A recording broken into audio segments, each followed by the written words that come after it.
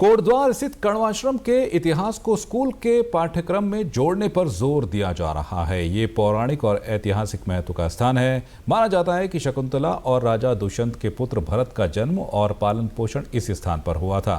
उन्हीं के नाम पर हमारे देश का नाम भारत पड़ा है। वक्त के साथ इस जगह केवल इतिहास के अवशेष रह गए हैं।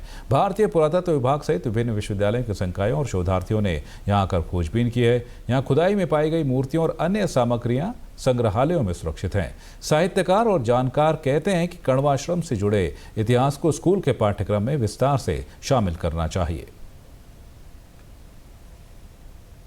अभिज्ञान शाकुंतलम में इसका वर्णन है, कालिदास जी ने जो लिखी थी, लेकिन अभिज्ञान शाकुंतलम जो है वो कुछ लोग उसके बारे में जानते हैं, कुछ लोग खाली पढ़ते हैं। कण्व ऋषि और इनके बारे में मुझे नहीं लगता कि बहुत ज़्यादा लोगों को इसके बारे में पता है ना। तो ये पूरी चीज़ जो है वो हर पुस्तक में मतलब जो खास करके प्राइमरी स्तर के जो बच्चे हैं, क्योंकि वो कल के दिन हमारे देश का भविष्य होंगे, तो उन सारे ही बच्चों की किताबों में और इसके बारे में पूरा एक इस पर मुझे लगता है कि बहुत सारी रिसर्च भी होने चाहिए, कुछ प्रोग्राम होने चाहिए बड़े। 60 से लेकर के 70 तक इस बीच एक किताब आती थी प्राइमरी की, तो कक्षा 2 में ये पूरा पाठ्यक्रम था और उसमें शकुंतला के विषय में बताया गया था, शकुंतला के विवाह की बात की गई थी और पूरा शकुंतला का पाठ था। तो वो उस समय ये नहीं था कि वे कण्वाश्रम कोटद्वार में है, उस समय ये नहीं था।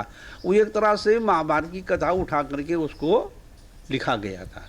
और इस तरह से, क्योंकि इससे पहले भी अनेक पिक्चरों में, अनेक फिल्मों में शकुंतला की कहानी का जो किया था उसमें फिल्मांकन किया गया था और बाद को ये पाठ्यक्रम में आया जब भारत आज़ाद हो गया। और कण्वाश्रम पहुंची बनारस हिंदू विश्वविद्यालय की रिटायर्ड प्रोफेसर अनुराधा सिन्हा का कहना है कि हमें आज भारत के इतिहास को ढूंढना है जो कण्वाश्रम से शुरू होता है। उन्होंने कहा कि पाठ्यक्रम में उसके इतिहास को शामिल करने से बच्चों को इसकी जानकारी मिलेगी। इतिहास के अध्यापक का एक कर्तव्य बनता है कि वो भारत के इतिहास को किसी न किसी तरह इंडक्ट करे। ठीक है, इतने साल उसे नहीं किया गया, अलग विषय, लेकिन अब तो किया जाना चाहिए।